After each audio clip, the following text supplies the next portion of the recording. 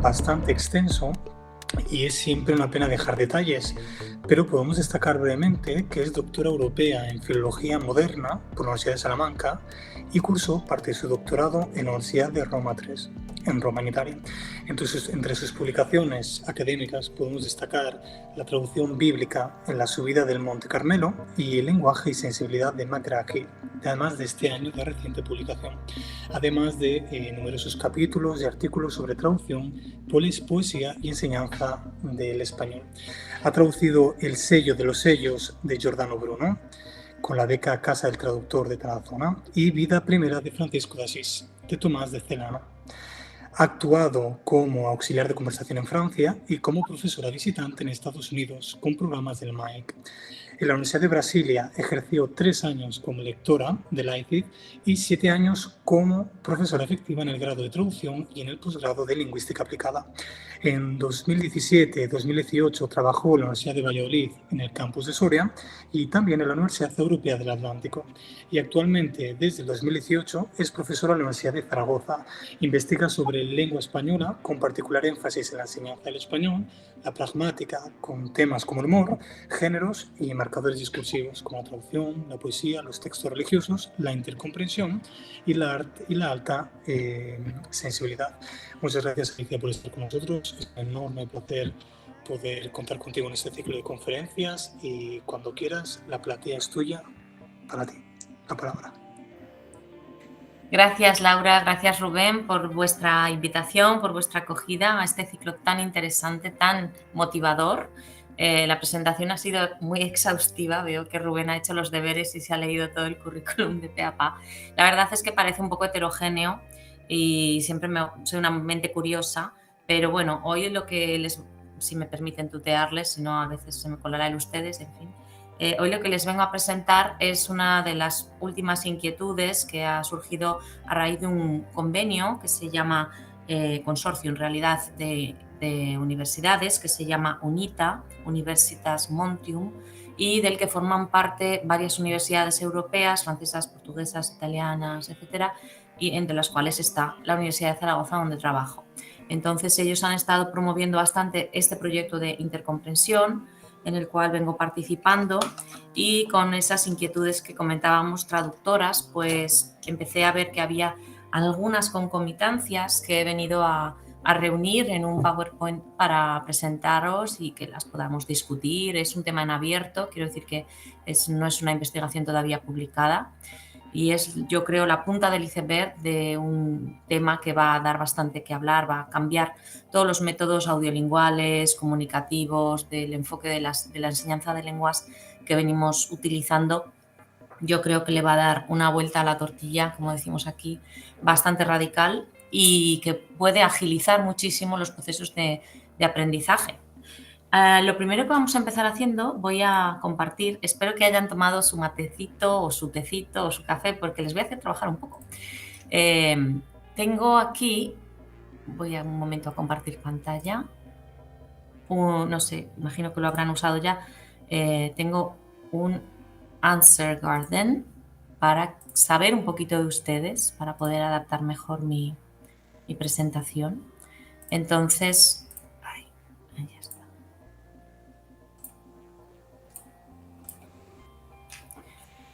Bien, este es el título que le he querido dar, es un poco rimbombante, intersecciones cognitivas entre las estrategias de intercomprensión y las estrategias de traducción.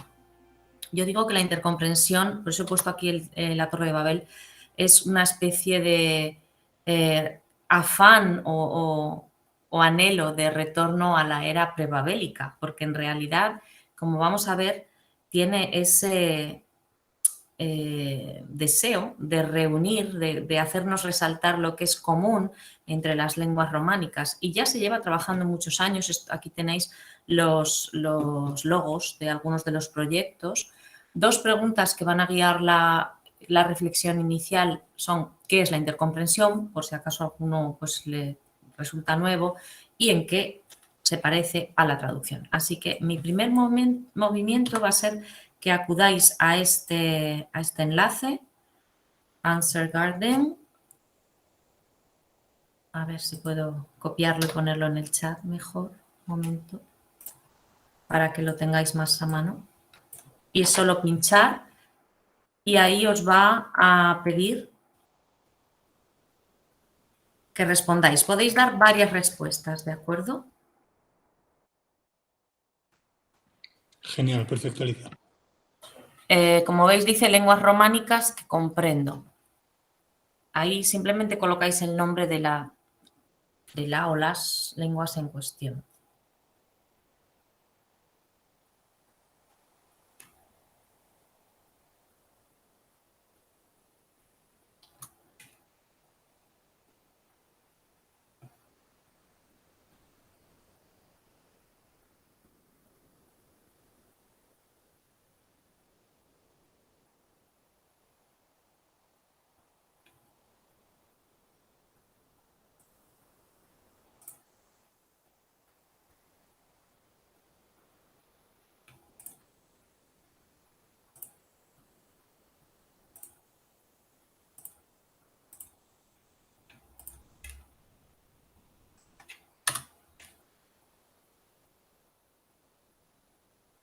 Bueno, bien. Tenemos asturiano, portugués, español, aragonés, italiano, francés, claro, italiano.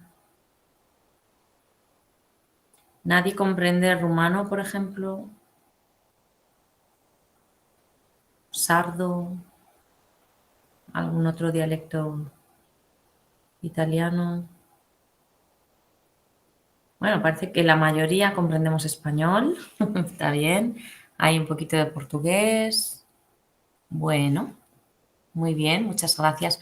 Pues con eso yo he preparado, imaginándome que el rumano estaría más en desventaja y también el portugués, los ejercicios que he preparado son de esas dos lenguas, he acertado.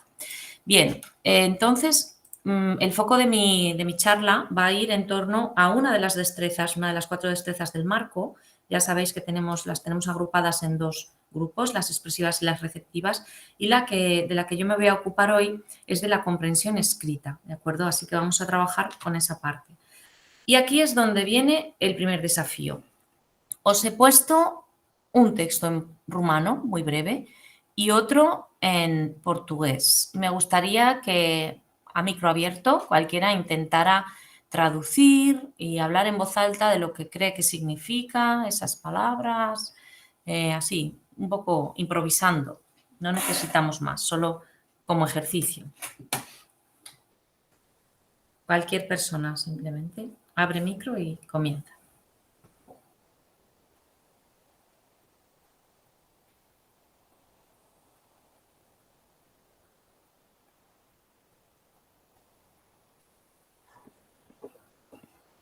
Mucha timidez. Sí. Si quieres, Alicia, intento yo con el portugués, que no sé nada, así que igual sería un participante idóneo. Sí, muy bien. Diría, ¿no?, que después de la Segunda Guerra Mundial, violencia militar, económica y política, dejando claro que quiere ser el principal motor, principal motor del mundo, participando a través del Plan Marshall o como un plan importante para la recuperación de Europa, ¿no?, para la economía de Estados Unidos. Sería importante tanto para la recuperación de Europa como para, o sea, que sería importante tanto para la recuperación de Europa como para Estados Unidos, con 18 billones de dólares a los europeos, dándoselos, utilizándolos para reconstrucción de edificios, industrias, importación de alimentos y mercados industrializados, además de financiación agrícola. Bien, tú tienes muchas ventajas porque, claro, como sabes también italiano, y aquí tenemos muchas palabras que yo creo que son de la misma raíz latina, pues yo creo que es un texto, lo he elegido por eso, bastante transparente. ¿Ha habido alguna palabra que te ha resultado más opaca o más incomprensible o que has dudado? Sí, por ejemplo, lo de guardião do mundo, porque me sonaba un poquitín O sea, no me sonaba muy natural decir guardián del mundo, ¿no? Me parecía un poco como muy bélico, quizás demasiado. Ujú. Por Y luego ejemplo, aunque... mercadorías, que mercadorías no Mercado. sabía si era mercado, si era mercancía, pero claro, mercancía industrializada quedaba como un poco raro. Sí, sí, sí, sí. Pero sabemos que pertenece a ese campo semántico, ¿verdad? Aunque, porque nosotros Sí, tenemos mercadería, mercado, bueno, bienes de consumo, ¿no? Que es un poco lo que... bienes que son sometidos a transacciones comerciales, en definitiva, ¿no? Es verdad que cuando nos metemos un poquito más en detalle con un texto como este, podemos ver que hay ciertas similitudes. Por ejemplo, en la estructura de las frases es muy similar tanto al italiano, al francés y al español. O sea, pues tenemos preposición, artículo, adjetivo, nombre, adjetivo, que es exactamente igual prácticamente en las lenguas romances, con lo cual eso ya nos sirve de plataforma, porque no tenemos que ver desinencias como podría ser el alemán, podemos simplemente irlo concatenando linealmente, ¿vale? Y entonces eso pues ya nos ayuda. Sí que plantea algún pequeño malentendido, por ejemplo el O, que claro, a un cerebro, digamos, neófito, como ha sido el caso, pues lo que uno lee es con el mapa de su propia lengua nativa, el O como conjunción disyuntiva, ¿verdad? Lo que ocurre que aquí en portugués el O es el artículo masculino, como tenemos también en algún lado AE, que es la conjunción I, y la A para el artículo femenino determinado, la reconstrucción, el guardián. De hecho, sí que has deducido que ese guardián, ¿no? Vemos recuperación, vemos ciertos patrones, billones, edificaciones, reconstrucción, que enseguida nuestro cerebro abstrae esas semejanzas y crea un patrón y dice, uy, aquí hay una regla. De manera que muy rápido podemos identificar, porque son muy paralelas, muy equivalentes en portugués y en español, y podemos decir, uy, pues sí, mira, siempre que pone sound, pues casi siempre en español va a poner ción. Entonces es muy rápido de asimilar y lo has hecho muy bien. ¿Alguien que se atreva con el rumano? Ya veréis que no es tan difícil. Yo, ¿qué tal Alicia? Fernanda, me voy a Hola, animar con el rumano. qué bien. A ver cómo va. A ver, el romano es una lengua similar al español y al valenciano. No es difícil de estudiar y se pueden hacer progresos rápidos. En 4 años, el estudiante puede obtener conocimiento necesario para traducir, interpretar la lengua rumana, perdón. Muchos términos son idénticos y ahí no sé si será algo así como hasta equivalentes al valenciano. Y ahí está la enumeración, capnas, nau, no sé cómo se pronuncia, osju, etcétera, la enumeración de las palabras. Hasta ahí llego. Muy bien, muy bien. Has dado dos comentarios que me han gustado mucho. Uno es que has detectado que hay una enumeración, porque efectivamente Sí, los signos ortográficos son los mismos, con lo cual sí. por ahí ya vemos la estructura, ¿verdad? 2 puntos, ya eso nos avisa. Aunque no supiéramos lo que hay, sabríamos que esos son palabras de la misma categoría gramatical. ¿M?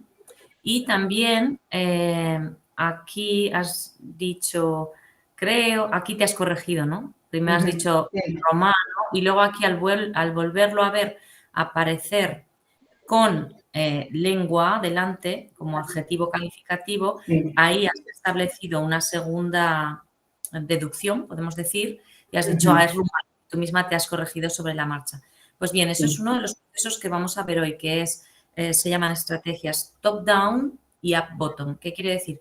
Que en la comprensión de un párrafo ante una lengua extranjera que no conocemos, operan procesos que van desde linealmente, como tú has hecho, desde el principio hasta el final, y también que vuelven sobre lo anterior, o sea, que toman lo que acabo de ver en el párrafo o en la línea anterior para reestructurar y resignificar lo que estoy diciendo. ¿Eh? Bien. Vale, voy a pasar ahora. Muchas gracias a ambos por... Y aquí he puesto para que reflexionemos un poco. Claro, cuando estamos leyendo ocurren varios procesos, ¿no? No estamos oyendo propiamente, pero sí que es verdad que si conocemos mínimamente la lengua, la estamos pronunciando inaudiblemente en nuestro cerebro, ¿no? Y además estamos haciendo una decodificación de los signos escritos.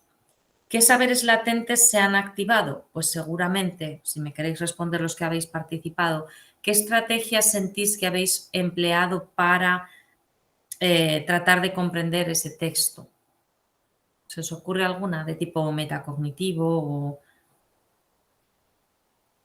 o quizá ayudándoos de otras lenguas que conocíais?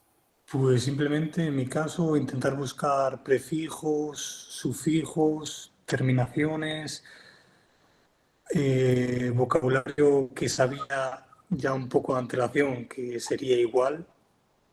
Y sí que he encontrado algunas palabrillas, aún no sabiendo nada de portugués. Y sobre todo la estructura de la frase. Es decir, cuando veía ahí un dejando, que lo que es lo que yo creía que era un gerundio, no sé si habrá acertado, digo, bueno, después será un dejando que, yo qué sé, y después igual viene un adjetivo, dejando que se haga o que se pueda. Sí, sí, sí.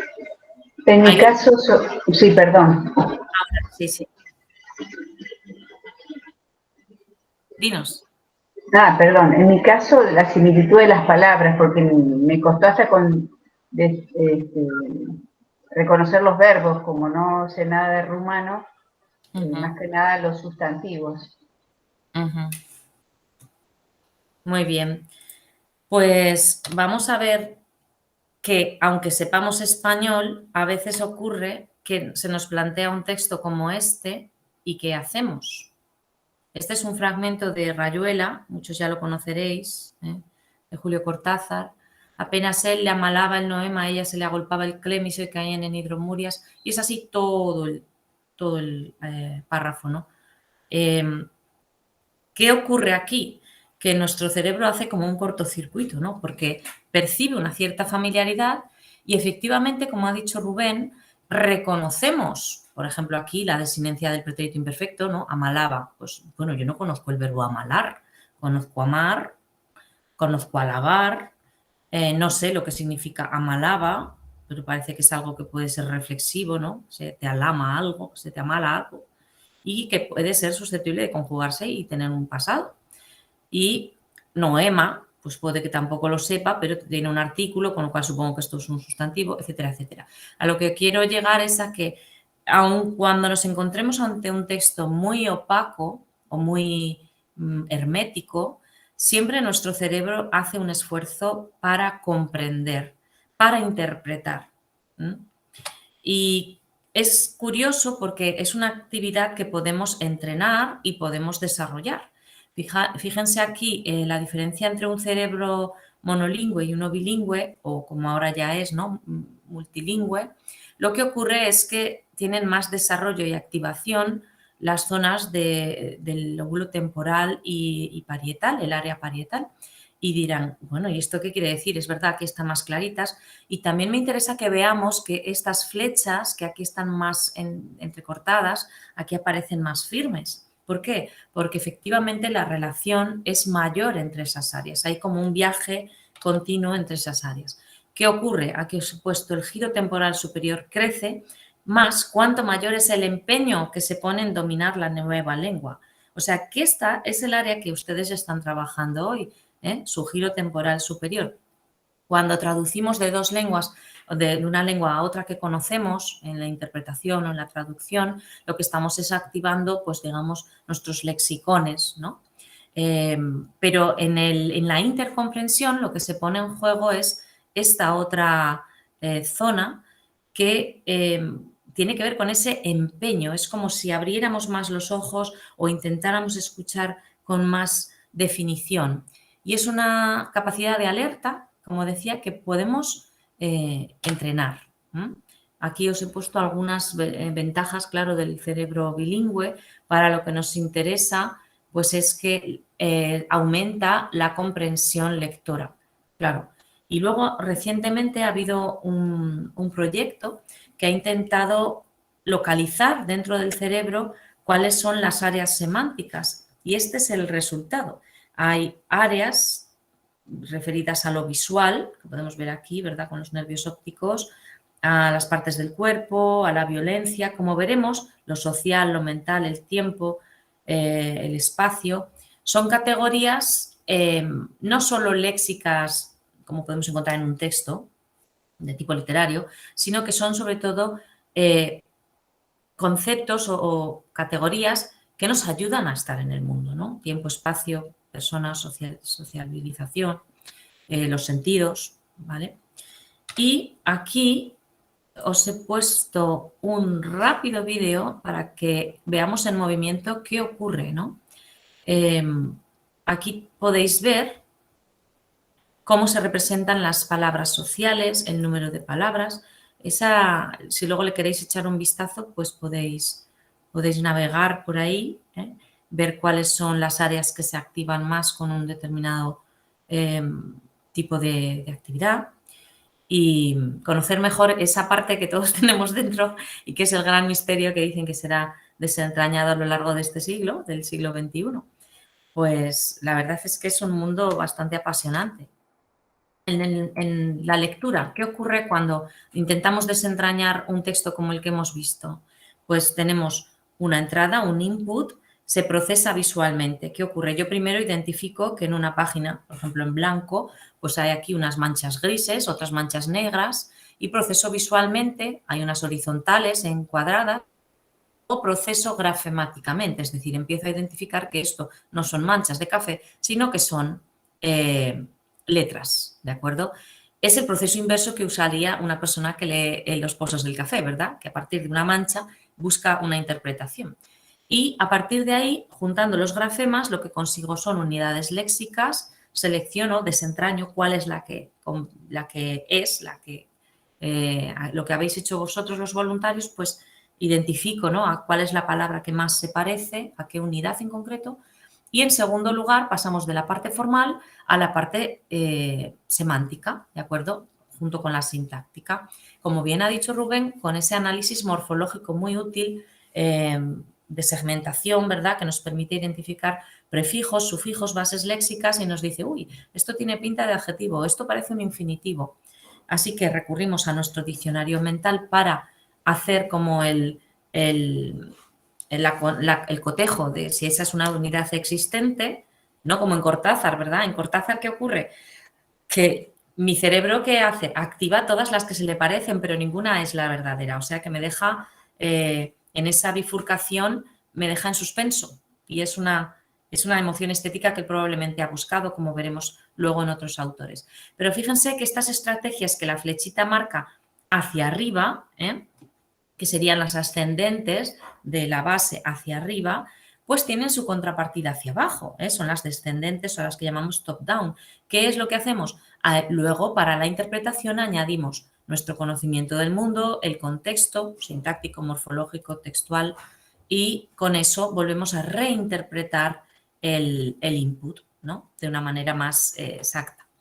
Entonces, viendo todo esto, ¿cómo podríamos definir la intercomprensión lingüística?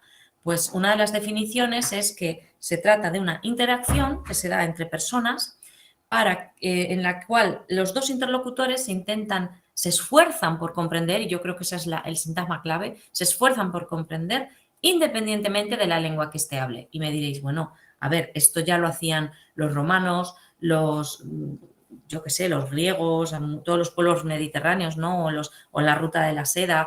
Seguro que cuando alguien llegaba a un pueblo y quería vender alguna mercancía o comprarla, pues se hacía entender con gesticulación, con interlengua, como pudiera. Estas son las lenguas románicas que descienden del latín. Habéis mencionado varias, el gallego, friulano, ladino, romanche, el sardo y el rumano. Toda el área, pues, mediterránea, como veis, queda ocupada por las lenguas románicas. Y lo importante aquí es que no estamos haciendo un ejercicio de traducción. El que hemos hecho es traducción, pero en la intercomprensión nos quedamos en nuestra propia lengua y dejamos al otro en su propia lengua y simplemente nos esforzamos por comprender sin traducir. Y me diréis, ¿y esto cómo se hace? Pues bueno, algunos de los principios de esta intercomprensión radican en que se disocian las competencias de recepción. Al yo estar recibiendo un input, pues lo separo de la interpretación.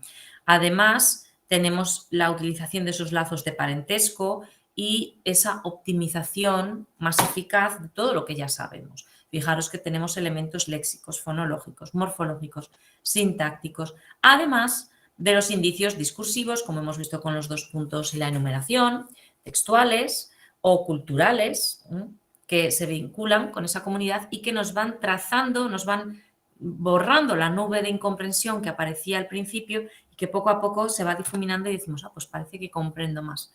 Y todo esto nace dentro de 2 elementos fundamentales, que son el espacio europeo para la enseñanza de lenguas, para los estudios de orden superior, y también el marco común de referencia. ¿Por qué? Porque ambos esfuerzos son aglutinadores en el sentido de esa política lingüística, ¿no? De hacernos comprender entre los europeos y fortalecernos. El objetivo, pues, es crear una ciudadanía europea, que todos podamos viajar dentro de ese espacio, comprendernos, ser plurilingües lo más rápido posible. Y hay algunos principios del programa Eurocom, que es uno de los iconos que os he mostrado al principio, que son, por ejemplo, fortalecer la lealtad lingüística a la propia lengua materna, o sea, no queremos borrar el sentido de identidad del individuo, queremos fortalecer las diferencias, pero también formar a las personas en actitudes positivas hacia el multilingüismo. Por eso os decía eso de que es como una era de oro prebabélica, ¿no? Esa actitud positiva a que sí es posible comprendernos. Ninguna lengua foránea a aprender es totalmente nueva, con lo cual ya cortamos ese filtro afectivo que puede bloquearnos y decir, uy, esto es demasiado difícil. Por ejemplo, cuando yo empecé a hacer este tipo de estudios, decía, uy, el rumano nunca lo he estudiado, no sé nada. Y luego, con los ejercicios y las prácticas y oyendo a nativos, te das cuenta de que realmente no es tan fiero el león como lo pintan. Y también darnos cuenta de que el parentesco lingüístico facilita ese aprendizaje de idiomas, por lo cual podemos establecer unas reglas y unas estrategias que agilicen ese proceso. ¿En qué nos apoyamos? En que el estudiante puede emplear su cerebro, o sea, hacer deducciones por analogía, por comparación y decir lo que os he dicho antes. Pues siempre que una palabra en portugués acaba en au, en español ha sido ion y en italiano es ione y en francés ion. Y entonces él va estableciendo esas interrelaciones y aclarando el panorama. Y por último, pues eso, pretende como método alcanzar una diversificación lingüística en Europa. Así que en el esfuerzo de comunicación plurilingüe hay dos esfuerzos en realidad. Uno, de entender las lenguas usadas por los demás y otro, muy importante, que es el de expresarse de un modo inteligible. ¿Qué quiere decir esto? Que yo no voy a tomar palabras dialectales o palabras que a priori sé que son opacas o que han tenido un desarrollo histórico diverso, ¿no? El texto que os he puesto del portugués, pues yo he buscado varios textos y he encontrado uno que tuviera más palabras de origen latín para que el efecto de opacidad no fuera excesivo. Además, es un método que insiste en formar en intercomprensión a través de la intercomprensión. De hecho, yo al principio había preparado algunas de estas diapositivas con títulos en francés, en italiano, luego he dicho, no les voy a marear tanto, pero lo ideal es que no es un esperanto, pero sí que hay una convivencia de todas esas lenguas en un espacio con armonía, ¿no? Y este desafío es mucho mayor en línea, porque cuando se produce un intercambio como hoy estamos nosotros aquí, intercambios multilingües, pues claro, aumenta la complejidad y la diversidad, porque podemos tener individuos de muchas nacionalidades, etc.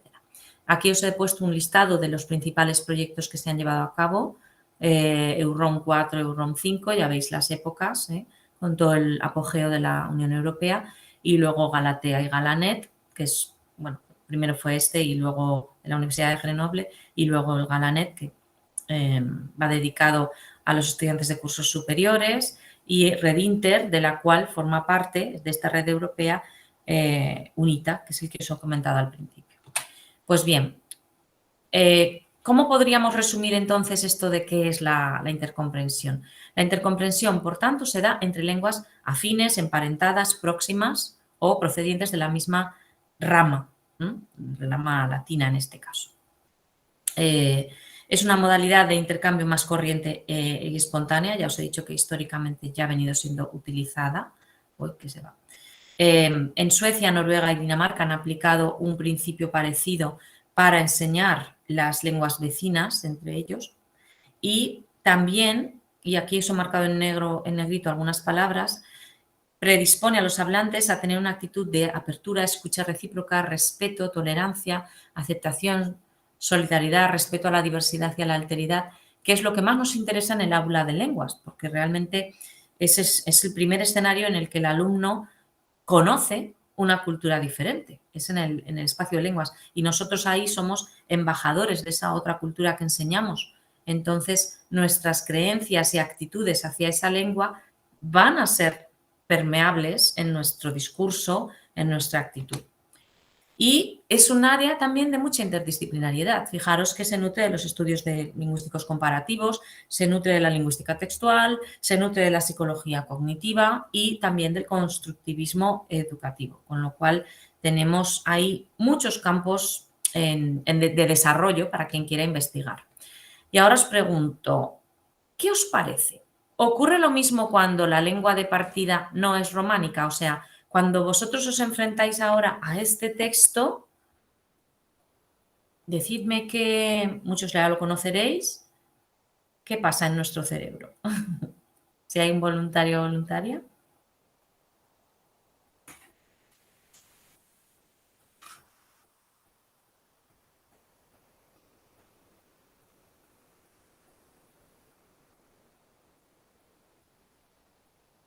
¿Reconocemos la lengua en la que está el texto? Eso sí.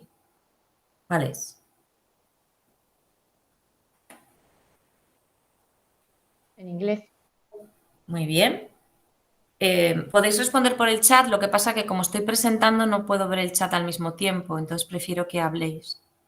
Sí, no sé si es posible. Es inglés y hay palabras que conocemos y hay otras que son raras, ¿no?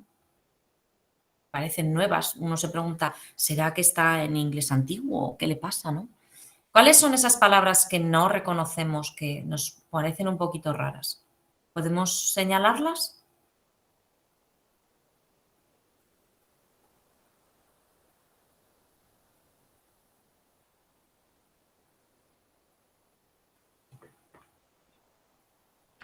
También un poco los nombres propios, ¿no? Vale. Jabberwocky, como decían en el chat, ahora mismo lo decía Rodamasna, o por ejemplo Bandersnatch. Al final yo creo que lo que sucede es que te bloquea que la sintaxis no sea la misma y que las palabras que no sepas no sabes cómo colocarlas en tu esquema conceptual occidentalizado, entre comillas, de sujeto, verbo, complemento directo. Yo creo que es lo que te para ahí. Claro, además al ser poema altera un poco, ¿no? Hace algunos hiperbatos y altera el orden, pero hay estructuras sintácticas de orden clásico, sujeto, verbo, objeto, ¿eh? Por ejemplo, pues vamos a ver. Long time the monk's son fought his sword. Bueno, no, ahí no sería. He took his purple sword in hand. Aquí tenemos un orden clásico. Sujeto, verbo, complemento. Y complementos, ¿no? Del nombre. O está, the purple blade went sneaker snack. Tenemos un sustantivo, un adjetivo. Sí que el adjetivo en inglés va antepuesto, pero...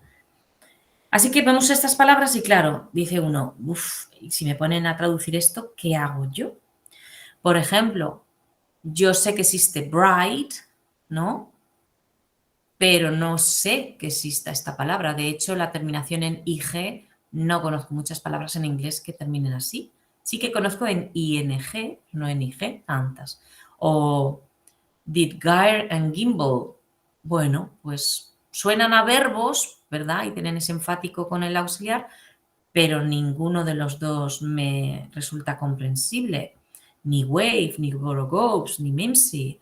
Y entonces luego llega Beware the Jabberwock, my son. Y aquí ya, bueno, ahí sí, ¿no? Una exclamación y ya empieza un poco a ver, oh, hay un monstruo, hay algo, porque hay algo que debo temer, que tiene un nombre y el que me lo advierte me trata paternalmente, me llama hijo, con lo cual me está dando un consejo, ¿no? De advertencia.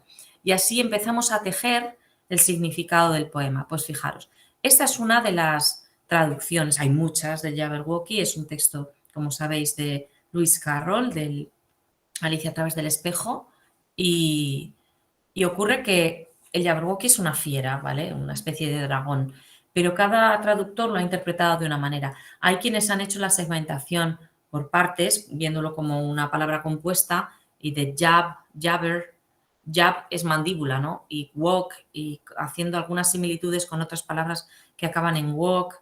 En fin, hay toda una teoría al respecto. Y, por ejemplo, aquí, ¿no? The Vorpal Blade, la que os he dicho antes.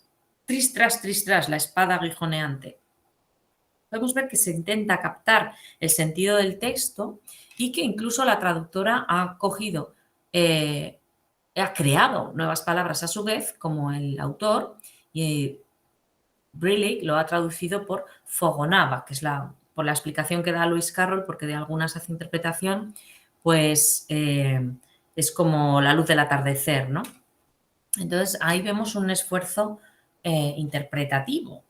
Y aquí es donde os voy a traer esa interconexión. O sea, tenemos que todo esto se hace a través de nuestras estrategias cognitivas, a veces para traducir y siempre para comprender. ¿Cuáles son las estrategias de intercomprensión? Fijaros, hemos visto ya léxico transparente, que son esas palabras románicas que son iguales, ¿no? Léxico opaco, otros que, bueno, a priori así lo ves y dices, no tengo ni idea de lo que es. Tenemos el recurso a la segmentación morfológica que ya hemos apuntado. Tenemos también el entorno sintáctico, como cuando muy bien Fernanda ha hecho esa corrección con la palabra rumano, ¿no? O sea, se ha dado cuenta de que esa palabra puede aparecer en inicio de frase como sustantivo, como adjetivo, y su cerebro rápidamente ha hecho ¿no? Ha juntado la información y lo ha deducido. Y yo creo que ni ella es consciente de que lo ha deducido tan rápido, pero todo eso ha sido milisegundos, ¿no? Luego tenemos los campos semánticos. Cuando yo veo que un texto como el de Rubén trata de comercio y tal, pues bueno, ¿qué ocurre? Que en mi cerebro se activan todos los sinónimos y palabras relacionadas de las familias y de los campos semánticos. También me ayuda el conocimiento de otras lenguas. Pasa mucho en francés, portugués, italiano, que hay palabras, por ejemplo, que en francés y español se dicen igual y en italiano han tomado una dirección diferente.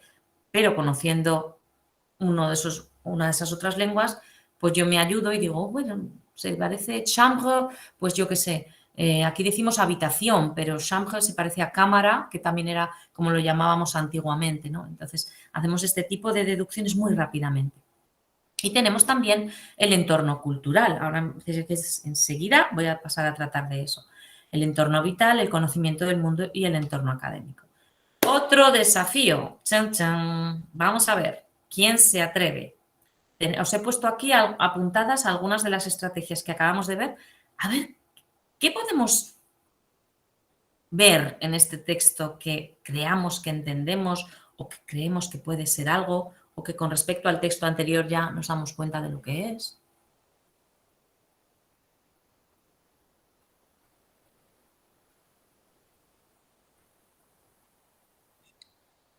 Yo me quedaría un poco con los nombres propios. Igual es lo único que mi mente reconoce rápidamente. Que yo creo que ahí hay nombres propios, ¿no? Como el Cubantul, Drumeneceu. Y luego hay cosas que me suenan a pasado y no sé por qué. Por ejemplo, Lo de la 3, al final de la 3, el Seda, Se, o el Facut, me suena así como muy latino. El Era en la 4.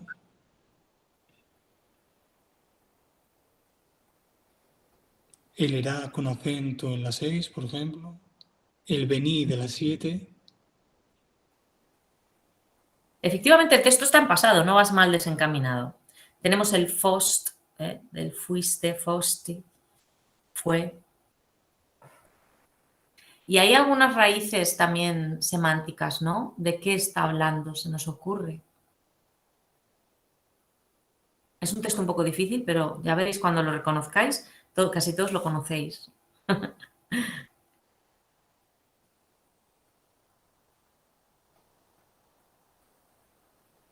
¿Alguna otra palabra que se parezca a algo del español o del francés? El incheput. Incheput, sí, como el inicio de algo, ¿no? Bien, incheput. Incipit. Y la preposición in. Principio. En el principio, en el origen. Muy bien, muy bien. Ya tenemos dos. En el principio, ¿cómo podríamos ser? O fueron, sí, o fueron.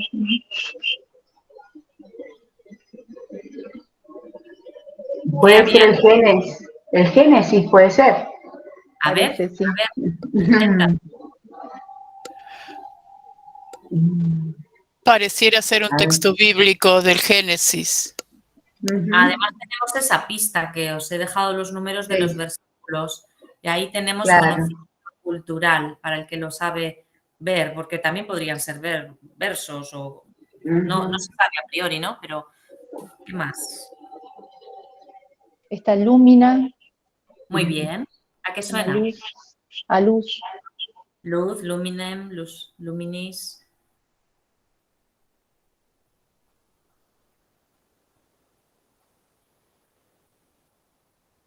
¿Y este facut a qué nos suena? Tot fu facut.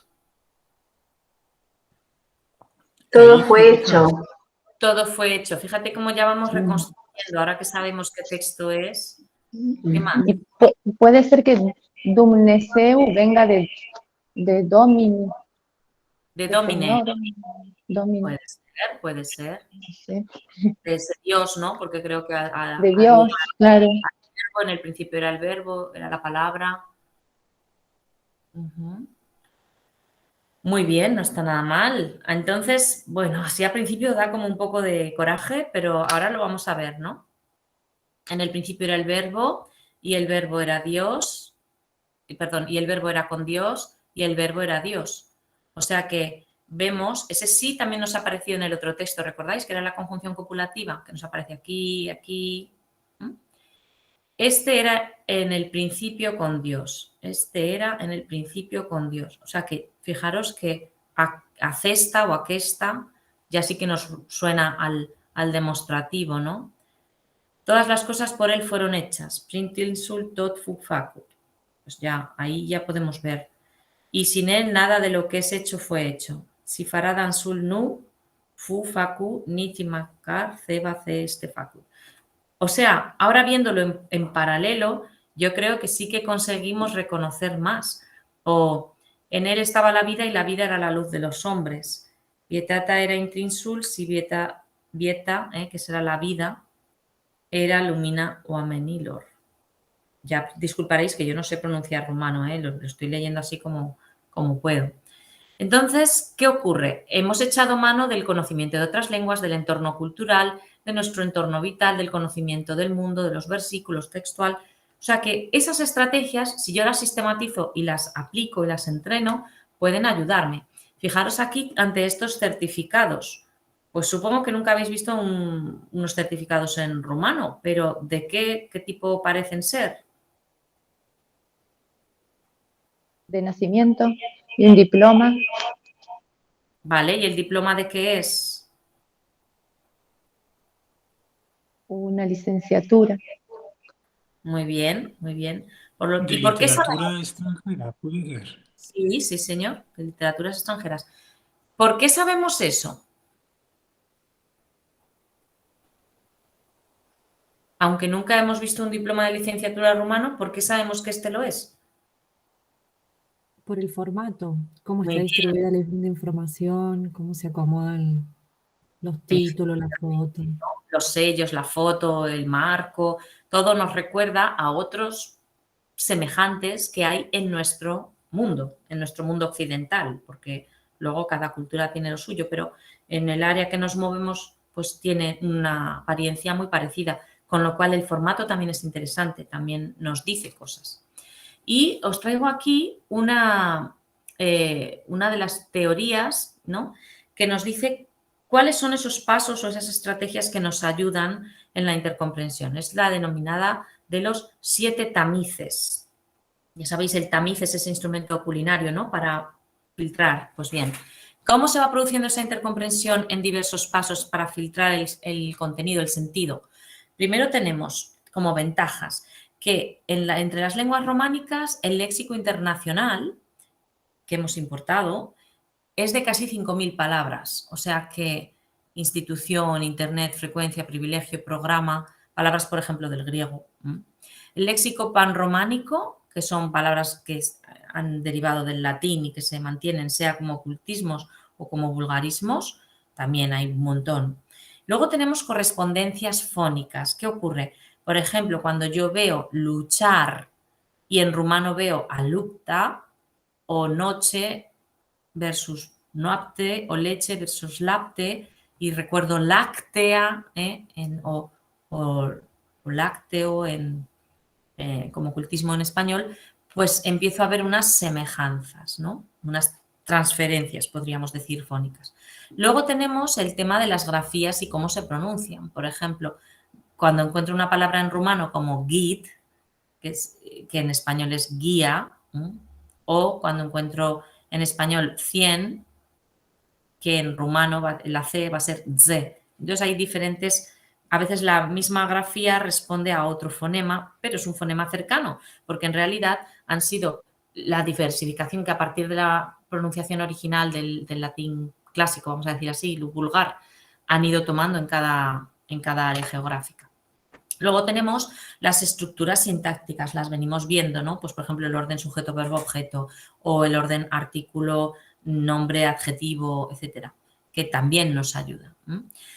Tenemos en sexto lugar las reglas básicas de los elementos morfológicos, o sea, pues si sé que en el superlativo grande, el más grande, mare, mai mares, el mai mare, o por ejemplo esa comparación que hemos hecho de los sufijos, ¿no?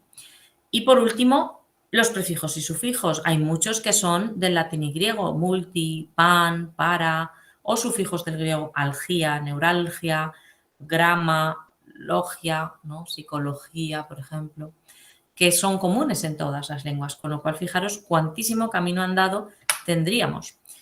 Y aquí voy a hacer un rapidísimo paseo por las estrategias de traducción, porque un poco la idea era hoy acercarnos a qué concomitancias hay, cómo puedo sacarle partido como traductor, como estudiante de traductor o para enfrentarme a un texto en otra lengua que a priori no conozco.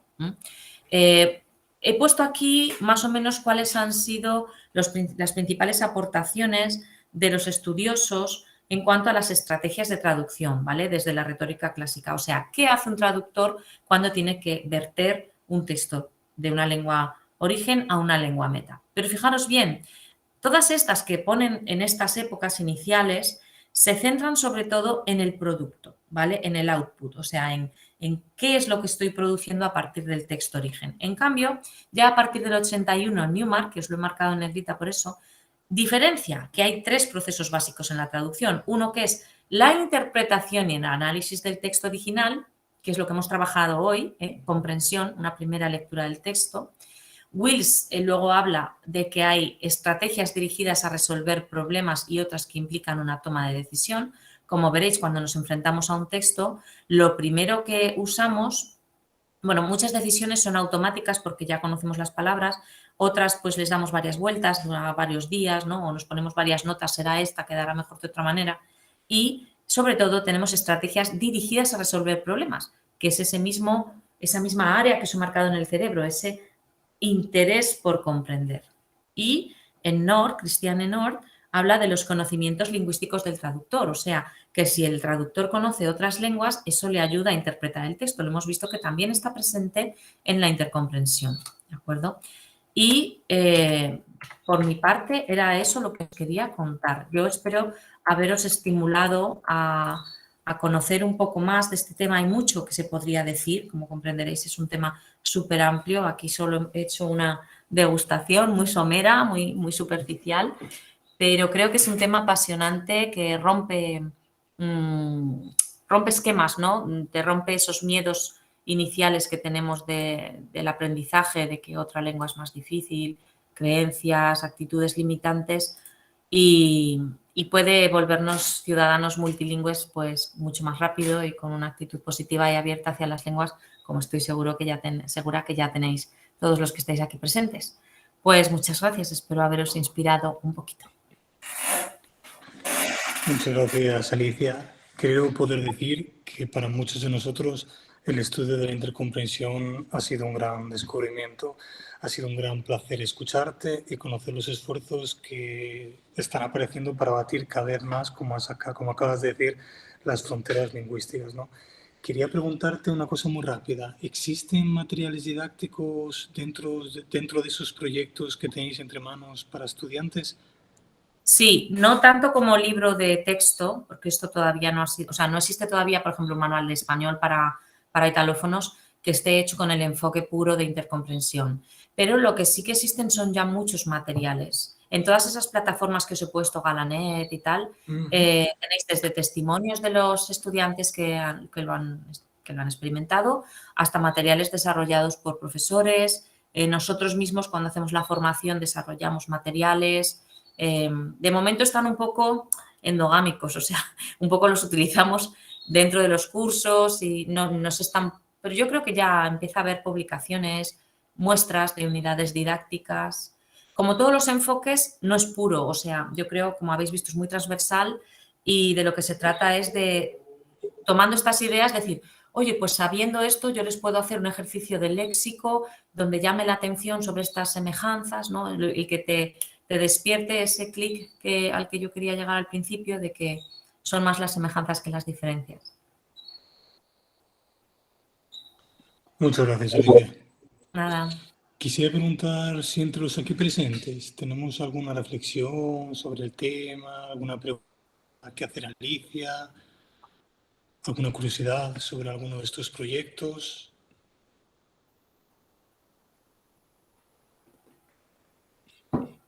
Temos um português, não tinha falado nada em português, Marcos.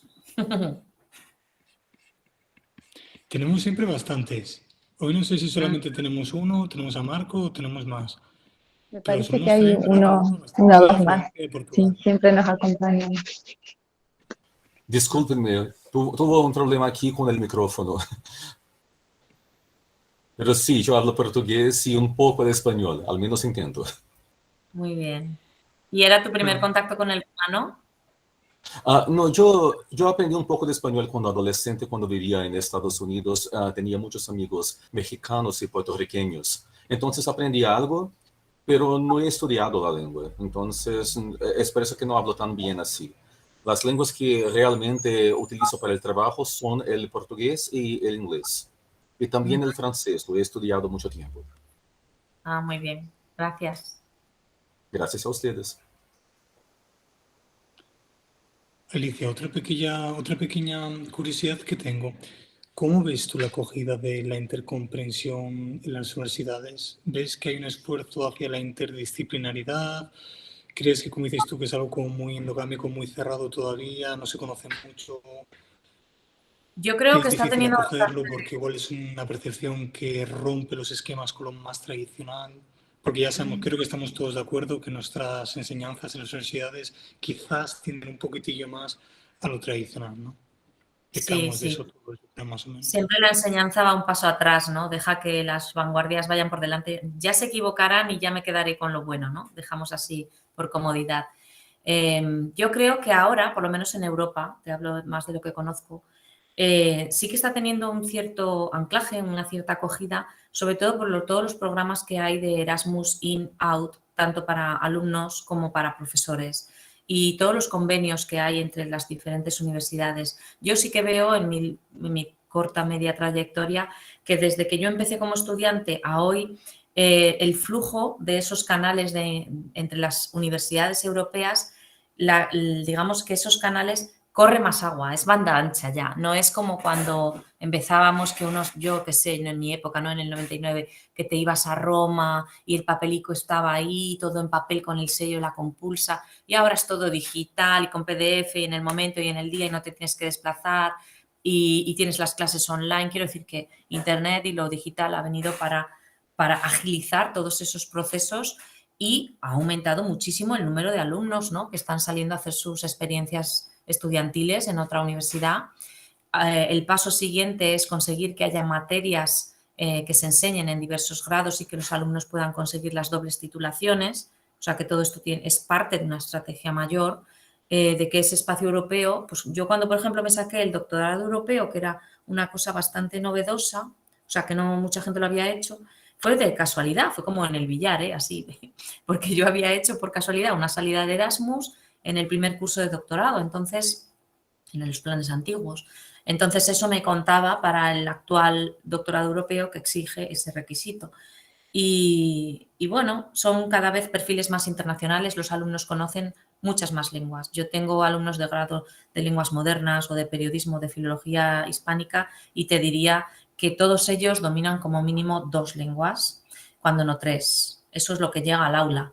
Luego, además, tienen sus lenguas de origen. Muchas veces saben algún dialecto africano, árabe, rumano, lenguas del este, que las tienen como lenguas de casa, que digo yo, ¿no? Lenguas de herencia. Y fíjate la cantidad, o sea, ese cerebro multilingüe ya funciona de manera diferente. Porque si nosotros con esas poquitas lenguas que sabemos ya hemos hecho estas interconexiones aquí, tú imagínate cuando tu disco duro tiene, identifica sonidos del ruso. Ahora, por ejemplo, estamos dando un curso para ucranianos, ¿no? Para refugiados ucranianos. Pues tenemos un intérprete ruso y entonces ellos se entienden entre sí, a pesar de ser 2 lenguas diferentes, pero bueno, entre del rumano al ucraniano y del ucraniano al ruso, ahí hay cierta transición, por así decir, y ellos lo consiguen utilizar y entender con bastante fluidez. Entonces yo digo, caramba, ¿no? A veces nosotros en Aragón estamos de espaldas a los catalanes y dices, no les entiendo o no les quiero entender, ¿no? Esa también hay no yo en persona, pero quiero decir que hay ese factor de estamos tan juntos que un poquito de separación, por favor, ¿no? Pero bueno, yo creo que se puede establecer, sí que va a haber más, yo creo que es un campo que va a tener una cierta repercusión, aunque luego se supere y se lleguen a cosas más avanzadas. Para mí, como estudiante de lenguas, ha sido todo un descubrimiento porque realmente yo ahora planteo mis clases de manera distinta, tanto de traducción como de enseñanza de lenguas. Yo ahora ya no hago ciertas cosas que hacía, ya aplico otras dinámicas, ya me atrevo a introducirles otras lenguas en clase, que no, antes parecía que era tabú, ¿no? Que solo podías usar una lengua o la lengua vehicular o las 2 que estabais trabajando. Ahora no, yo ahora ya me atrevo a meterles rumano o portugués, sin ser dominante en todas ellas, pero porque todo ayuda. Y a veces tu público, aunque tú no sepas rumano, si en tu público tú tienes alumnado rumano, también es una manera de hacer el aula más accesible para ellos, con lo cual estás favoreciendo ese espacio multicultural y multilingüe de aprecio de la diferencia, que es lo que más me apasiona de este movimiento. Totalmente. Alicia, No, es algo increíble. Además, en un mundo y una sociedad cada vez más globalizados, pues al final, ¿por qué no ceder, ¿no?, a las armas que nos dan? Totalmente de acuerdo. Quisiera preguntaros... Sí, yo tengo una consulta, sí, más tal vez a nivel académico, universitario. ¿Esta metodología de intercomprensión se desarrolla de manera sistemática en algún curso o nada más es como una herramienta, digamos, que se usa en el aula cuando hay grupos con distintos orígenes? No, se están formando profesores. Yo asistí a la formación hace un par de años y ahora ya he dado 2 cursos para alumnos de varios países europeos y ahora, por ejemplo, hay summer courses. Ahora en verano daré uno en Chambéry, en Alta Saboya, dirigido a profesores que vienen a formarse. Estáis todos invitados. Hay muchos cursos como estos, ¿no? Entonces se empieza a promocionar porque vemos que es una herramienta también para los que estamos en la enseñanza que puede abrir muchas puertas y que es un factor de innovación también. Claro, claro.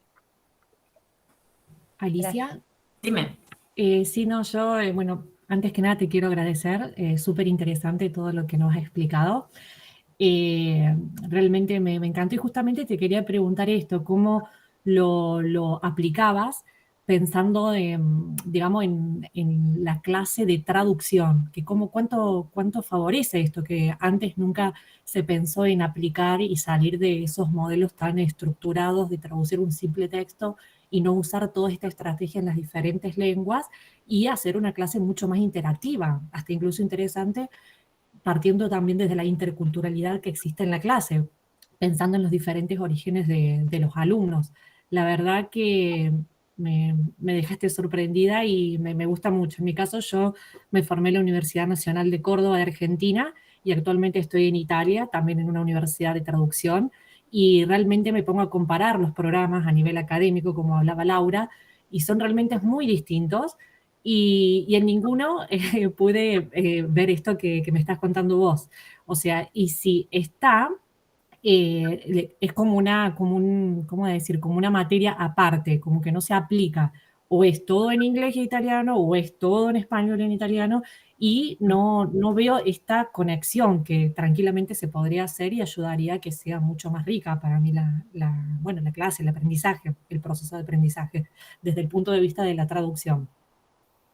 Sí, muchas gracias, Sofía. La verdad es que tienes toda la razón. En realidad, de lo que estamos hablando aquí es de gestión del conocimiento. No eres solo tú como profesor el que está en el aula, no es solo tu cerebro. Se trata de generar un conocimiento compartido con toda la riqueza cultural y lingüística que tienes en el aula, que hoy en día, como sabemos, es mucha y muy heterogénea. Entonces, ¿por qué limitarnos a las dos lenguas? O no, que sí, que es el énfasis en conocer una lengua bien, gramatical, tradicional, que está muy bien y que ha tenido muy buenos frutos, pero que hoy en día prima más la comunicación, el término, ¿no? Intercomprensión, fíjate que toma ese inter de relacionar, de no estar solo en tu mundo, en tu cerebro, en tu lengua, y de la comprensión, o sea, que lo que quieres comprender, no le interesa tanto si estás hablando bien, no estamos focalizando en las estrategias de emisión, ¿no? Expresivas, sino que es sobre todo en cómo yo recibo al otro, ese otro con mayúsculas, ¿no? De la antropología,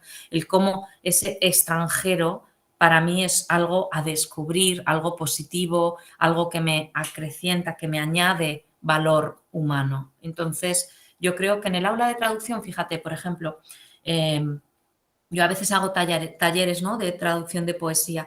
Pues en la poesía que es tan creativa, tan rica y tiene muchas veces palabras menos usuales, se beneficia muchísimo un taller de traducción de que haya diferentes lenguas románicas, aunque sea una traducción al inglés, ¿no?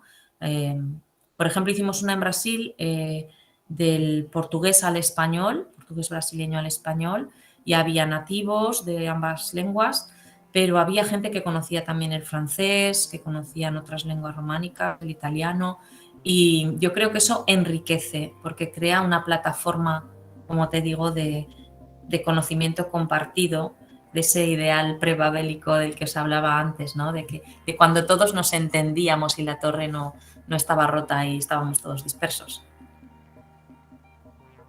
Así es. Muchas gracias, Alicia. Nada.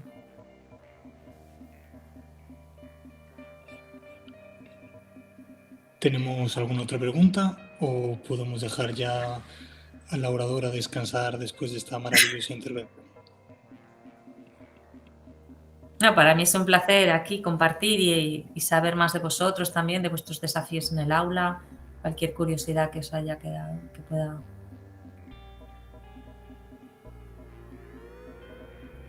Sí, yo puedo hacer un comentario que no tiene que ver directamente con la intercomprensión, pero sí con el uso de otras lenguas en el aula de traducción especializada. Por ejemplo, cuando uno no encuentra equivalentes directos entre el francés y el español porque hay muy pocos recursos, por la cuestión que sea, y pasa por el inglés mayormente, pero bueno, también por otros idiomas como para poder llegar al equivalente. Que sin el conocimiento por ahí de esas lenguas sería difícil también encontrar una solución. Claro, es que además en todos los tecnicismos tenemos muchísimos préstamos. Entonces, claro, el justo lenguaje en la traducción técnico-científica también se beneficia mucho. Sí, o mucho con formantes cultos también, entonces podemos ahí empezar a decir un poco. Es el léxico internacional del que hemos hablado, claro, ¿no? Cuando tú ves las instrucciones en varios idiomas, que es un texto que se trabaja mucho en esa asignatura, Sí. pues, tú puedes ver, ¿no?, la estructura, ya haces las equivalencias enseguida, aunque las instrucciones personalmente están siempre muy mal traducidas. Sí, siempre. Pero bueno. Tratamos de mejorarlo. Bueno. Bueno, pues Alicia, muchas gracias por haber compartido tu precioso tiempo con nosotros. Creo que podemos dar por finalizada ya la conferencia. Muchas gracias a todos los presentes, que no han sido pocos hoy, también provenientes de diferentes partes del país y otros países. Y bueno, muchas gracias.